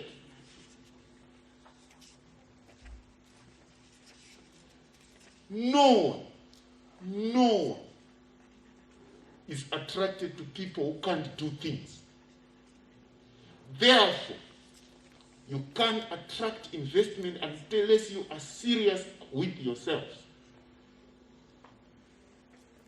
So, what we get is, industrialization comes from innovation. The only difference is that innovation coming from outside, or it's coming from you. If it comes from you, you attract more intelligent people coming to you. If you are fool, nobody wants to be associated with you. Therefore, our grand plan is to support modernization, create new industry with new jobs that have new names, whose names we don't even know at this moment, while supporting existing industry through endogenous innovation.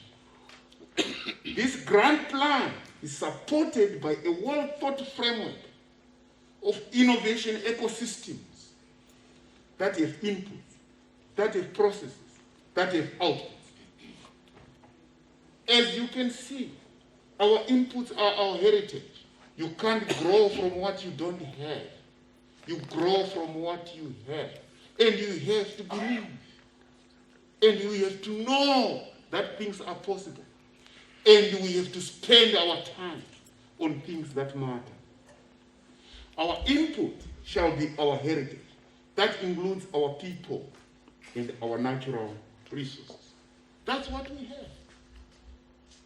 These people that you have are the people that you have. This environment is the environment that you have. You can't wish for something that you don't have. From there you create. So, the issue is, if apples don't grow in Zimbabwe, don't force them. Grow matamba and you make use of them. And then trade with those ones, with ecosystems that support apple growth. For most of the times, we have been busy with things that actually don't matter.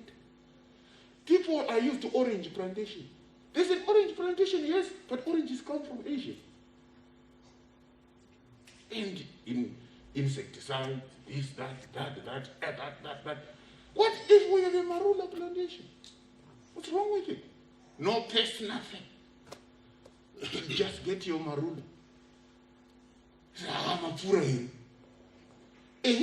Because we were taught to laugh at ourselves.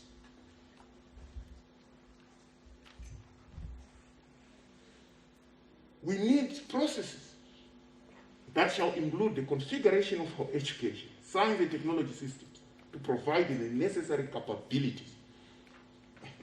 A thing which is called capability is very important. Capability, unogoni. I always say, if you have got a phone and somebody breaks it, you cry if you are not the maker of the phone. If you are the maker of the phone, you go to the diagram and do another one, which is even better. If people destroy the building, we'll build another. If you don't have capability, you just cry. So capability is a strong word. And every time when we are teaching, we must ask, what capabilities are we trying to impart? If it's just capability to cram and be able to speak in difficult language that people don't understand, that's not education. Albert Einstein said, if you know it very well, explain it to your grandmother. If she understands, then you are educated. The desired output is industrialization and modernization. My industries don't fall from the sky. Somebody's son or daughter must have made it. So when people say, it's a key question. It means you are not answer. It means you cannot do anything. So what kind of education leads us to a point whereby we become desperate because we read books? Because when we read books, we should be prosperous. So we read books and then it becomes actually things. You know, they send us to school, but they don't give us jobs. Give. So what were you learning? When you have an education that makes a person useless, where they can no longer, Zobo is talking very nicely, where you no longer can sit on a rough place, education which makes your back behind very soft, that you can no longer use your hands, that you can no longer use your feet to walk. That education must be a very bad education. That education which makes you laugh at your mother. That education which makes your people say, we can no longer talk to you. What kind of education is it? Which alienates you from the very same people that raised you. So we are asking ourselves very fundamental questions. How is it that Zimbabwe is said to be very educated and literate, but yet it's deindustrializing? The more we were reading, the more the curve was going down of industrialization. It should not be the case. It must be the more we get educated, the higher the industry rises. But here we have people who can describe problems. Describe problems, not solutions. So our output must be industrialization and modernization. I hope, ladies and gentlemen, I'm being very clear. And this issue is not a laughing matter. This issue is the survival of a people, is the survival of a nation, is the survival of humanity. How is it that people can have aeroplanes that are dropping food to people as if they are dropping food to chicken? And you say thank you. And you say, Professor Masanganise, Professor Murugiro, Professor what? Go home. When your people are being dehumanized and you say you are educated, what kind of education makes a people poor? What kind of an education makes a people be able to tell people where things are gotten from rather than how things are made? What kind of education makes a doctor complain about the lack of medicine and yet we send them to school to study the very same medicine? It's time to change the language. Ladies and gentlemen, in the ecosystem of higher and tertiary education institutions, government, science and technology institutions, the grand plan is to make sure our universities become multi-billion-dollar enterprises. What does that mean? It means every service, like what the industrialists were saying, they need solutions there. So in every good, in every service, there must be a patent, there must be a copyright that is coming, originating from the university. When people have a problem, they must be able to say, "Takwenda kuna professor nyingi." This is the case. Now, in the past 2 years, we have invested so much, for example, in UZ. And the UZ and its faculty of medicine and health sciences is transformed in a way that some people were thinking that is being destroyed. Transformation was so huge. But we cannot, as a nation, destroy the medical system. We have to strengthen it. In the medical system, we have the best clinicians, I think, on the continent or even in the world. But they don't have supportive disciplines like the biomedical engineering. That makes them healthy. We were analyzing this. We were asked to analyze this for the past 3 years. Say, what are the doctors saying when they are striking? They are saying we don't have medicine. They are saying we don't have equipment. And they go onto the street, we don't have medicine, we don't have equipment. So then we say, yes. In the past, they were importing the medicine from Britain and they were importing the equipment from Britain. It's not because they are down, no. It was a system that was there to make them be able to heal, but every instrument that they must have must come from elsewhere. So there was definitely a gap. Therefore, biomedical engineering, drug discovery become the supporting pillars of a good medical school. And we are building state-of-the-art hospital for them, just to show that this is the direction that we are going. And we will build it, and we will finish it ourselves. It's very important to know that when a nation is determined to do what it needs to do and the people are well oriented to do things that they need to do, nobody can stop that nation. I believe we are unstoppable. It's not individuals. It's the spirit of progress. It's not encapsulated in an individual. It's encapsulated in the desire to have a modernized and industrialized nation. Individuals can come and go, but the spirit lives on. We cannot be beggars at the same time say we are educated. That is the grand plan. And of course, as you know, we have just finished the Innovation Hub at the University of Zimbabwe ourselves. As you know, we have finished the industrial park and we are still expanding it ourselves. And we are building a science and technology center. That kit, Makurira, which is behind your engineering, will become a center which is very interesting. I think, do you have the picture of that? You don't have the picture of it. Our Science Technology Development Center, that's where people and their PhDs, they'll go and stay there and do things that are useful for this industry, for this country, for this future. We will build this country based on our knowledge and innovation. It needs a spirit though. And those ones, I've always said, those people would think we are joking. No, sir. Our graduate startup program is one of the flagship programs that we are starting at UZ.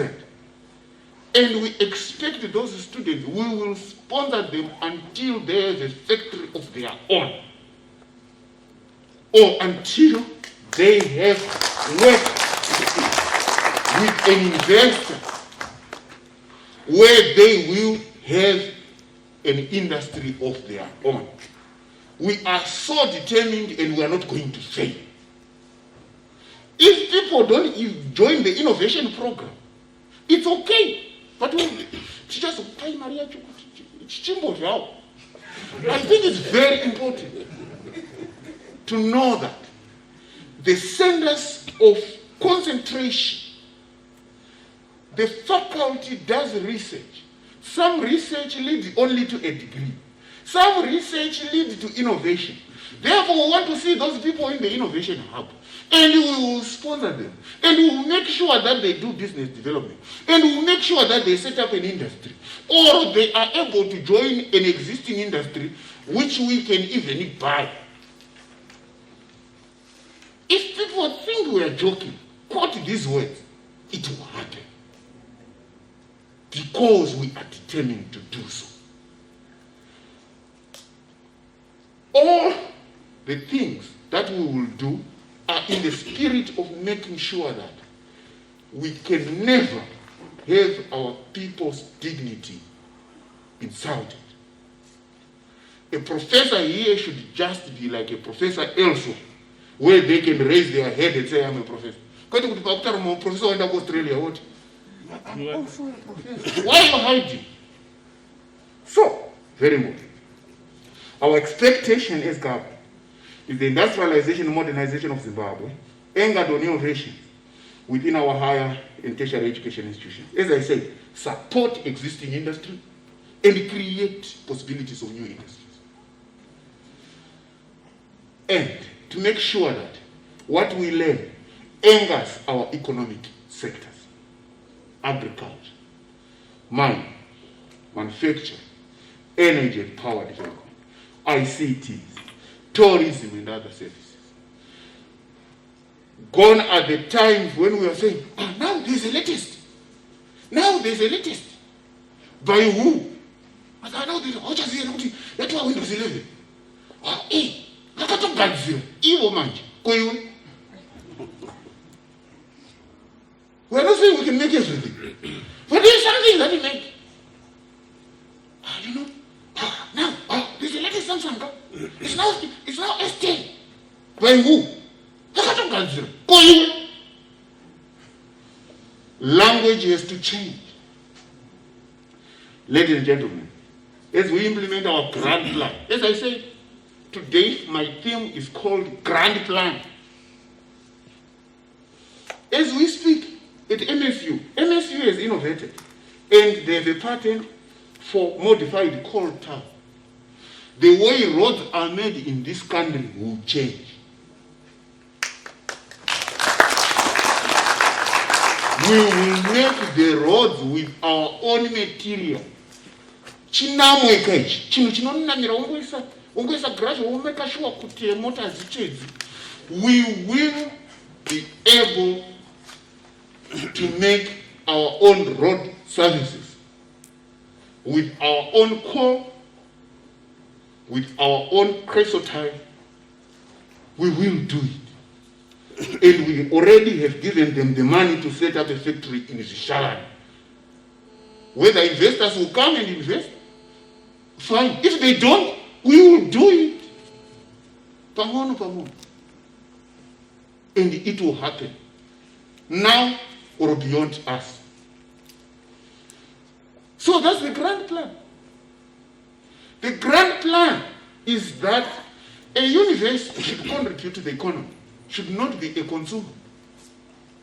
A university, Professor Masanganisa and myself don't know. We can't be paid, no one are taking some sweets. No, this is the kind of Takuda Maria Konda. Yay! You know, Bakuna. Kuima project ndezeri atina. So ungakuwa numuntu na windi. Nokuti kubvatikska. Ima kana zomurikita kama kangogara. Education yedu yakatita soft kuno backside. So we are very soft. And we need soft food. From nowhere we don't know. So the issue is the industrial pipeline of the universities shall be the biggest source of the income. We have said we will do our best to improve the conditions of service of our staff. But we can only get so much because we are getting it from street sweepers and vendors. So it cannot be that big. So we then said, of course we'll do that, but we don't determine the ceiling. The ceiling is determined by the productivity of that university. So we say, a professor, maybe we can afford 100,000. But if the university is industry and can pay them 1 million, nobody will come and say, don't pay them 1 million.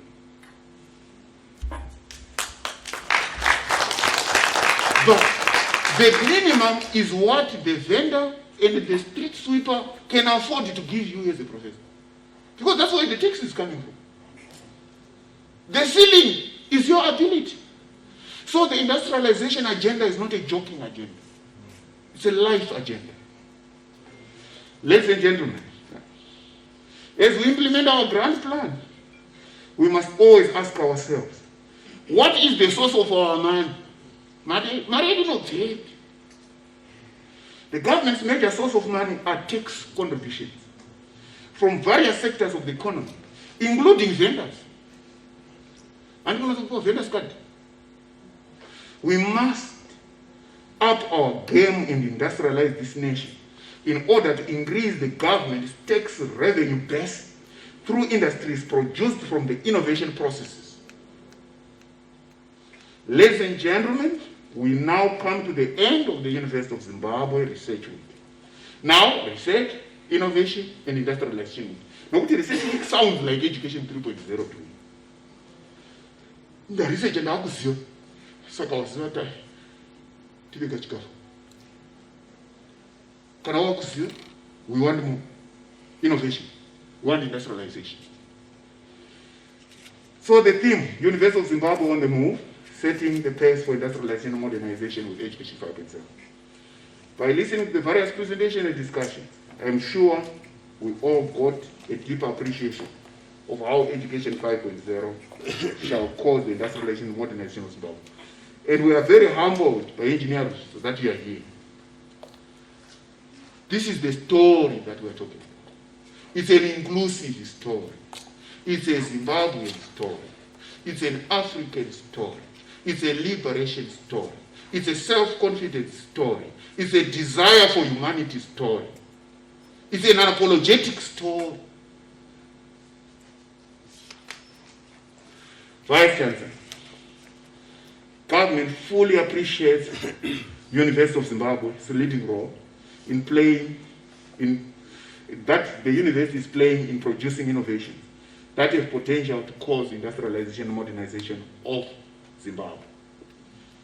Ladies and gentlemen, the innovations we saw during the course of the week are setting an example that the time for job seekers is over. Each graduate should be an employer as we develop our own value. What we are saying, if you see an education system, we are not saying everybody will be an employer, but if it produces zero, then it's a design problem. It cannot be zero. I pledge support to the Innovation Hub and the Graduate Innovator Program and the Industrialization Program, which was originated by His Excellency the President and Chancellor of the University of Zimbabwe, Dr. Emerson Mnangagwa. Ladies and gentlemen, I will conclude with a quote from W.E.B. Du Bois. I open the quote. Now is the accepted time, not tomorrow, not some more convenient season. It is today that our best work can be done, and not some future day or future year.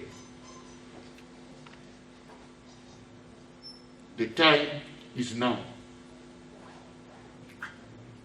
Research, innovate, industrialize. I now declare the University of Zimbabwe 2021 Research, Innovation, and Industrialization Week officially closed.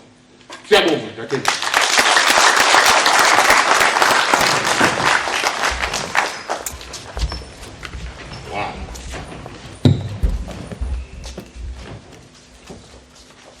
Another round of applause for the Honorable Minister, ladies and gentlemen. Thank you so much.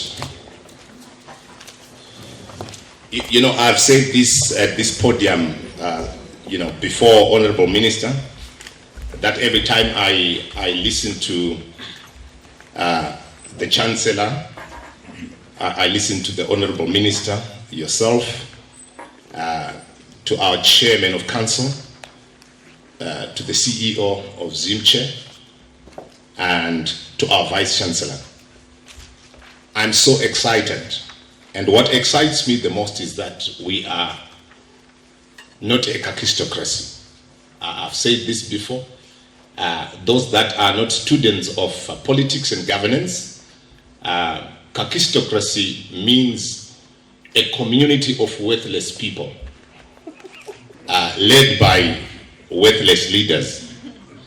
But when I look at, your passion, Honorable Minister, clarity and precision in unpacking vision, mission, and our mandate, I can only conclude that we are not a kakistocracy. Another round of applause for our leaders. Thank you so much. At this stage, Honorable Minister, allow me to call upon our Executive Director, Research and Innovation, Professor Florence Mtambanengwe, to make a small presentation. Professor Mtambanengwe.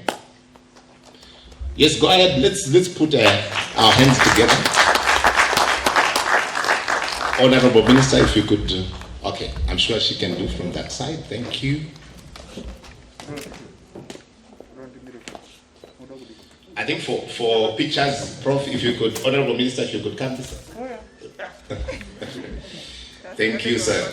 Otherwise, you become a kakistocracy. Yes.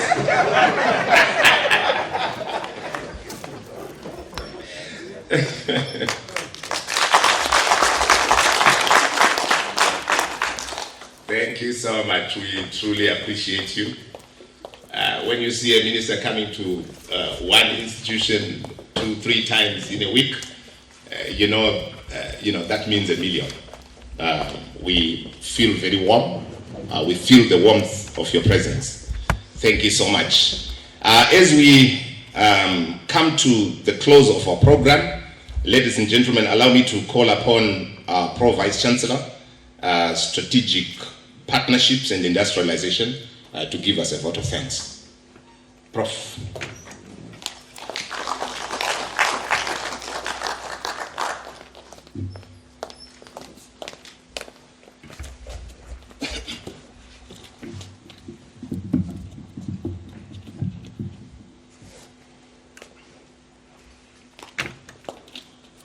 Thank you, Master of Ceremony, Dr. Madambi. Honorable Minister, Minister of Higher and Tertiary Education, Innovation, Science and Technology Development, Professor Dr. Amon Mugwira, Chairman of University of Zimbabwe Council, Mai Susan Muzite, University of Zimbabwe Vice Chancellor, Professor Dr. Paul Mafumo, Deputy Minister of our parent ministry, Honorable Remo Machingura, Permanent Secretary in the our parent ministry, here represented by Professor Jimbo, Professor Fanu Tagwira, members of the University of Zimbabwe Council here present, the Chairman of the Zimbabwe Council for Higher Education, Professor Ngwavi Bebe, Vice Chancellors from other universities. A special mention and thanks to Engineer Rushizo, CZI,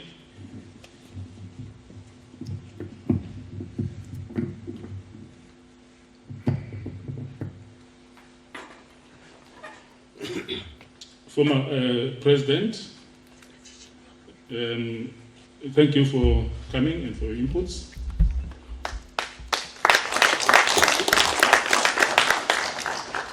Acting Pro Vice Chancellor, Academic Affairs, and Executive Director, Quality Assurance and Professional Development, who got not to attend, unfortunately, due to bereavement, Professor Chipo Ganda, Executive Director, Research and Innovation,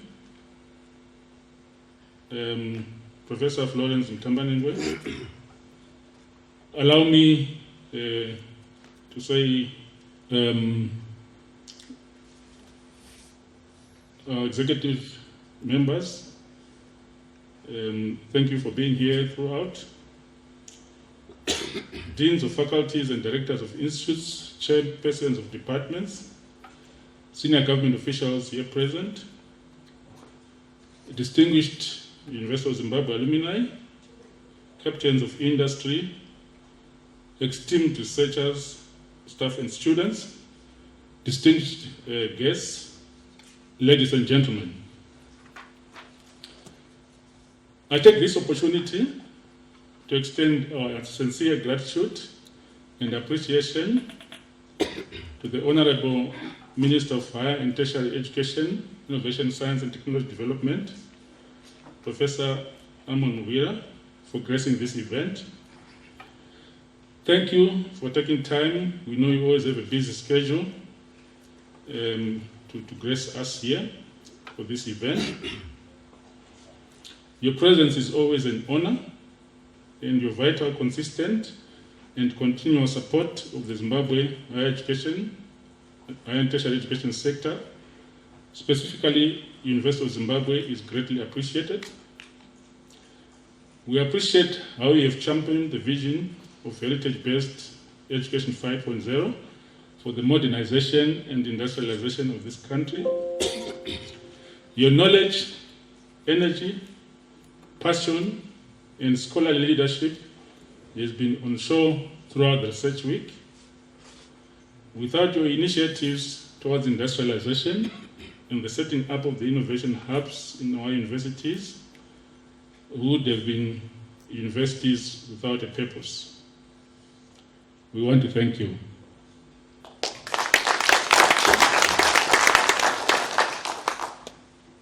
I want to thank the Deputy Minister here present, the Permanent Secretary, here represented by Professor Jimbo, and other government delegates who are present today.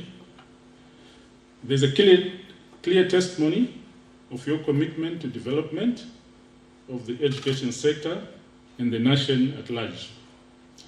Your support during the research week is quite inspiring and invigorates our determination to promote heritage-based Education 5.0 philosophy through research and innovation in the pursuit of Vision 2030.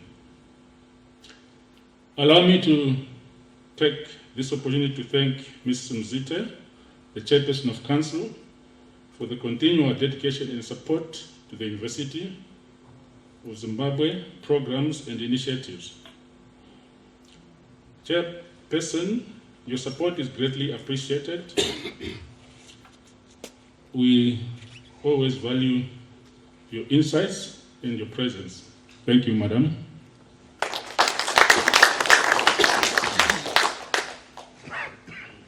I want to extend a special thank you to the University of Zimbabwe Executive Director, Research and Innovation, Professor Florence Mtambanengwe, who has demonstrated beyond doubt that under her leadership, students can contribute to innovation in this country through the management, nurturing of these young innovators. We thank you for an excellent Research, Innovation and Industrialization Week. We appreciate you. Thank you. I would like to thank again the University of Vice Chancellor, Professor Mafumo, for leading the transformation of this university and taking leadership, I think, in national transformation of the higher and tertiary education sector. We have seen such great works that can be attributed to the hard work and dedication exhibited by Professor Mafumo, and the university members of staff. Allow me to thank you all, the university management executives, the deans, chairpersons, academics, and all people here present for such an excellent effort that has resulted in an excellent week. I would extend special thanks to the University of Zimbabwe students and the academics and the teams and organizers who particularly dedicated their time and contributed to this research week, and those that have also taken part to make sure that it's a success. To our esteemed partners, your support is greatly appreciated. Continue supporting us in our quest to industrialize and modernize our country. Thank you to all participants for making this day possible. I know a lot of you are online, but also there are many of us here. Continue supporting us in our quest to industrialize and modern our country. The research work would have not been possible without the hard work of all the people that have taken part and all the people here present, online and physically. We thank you for your hard work, commitment and sacrifices.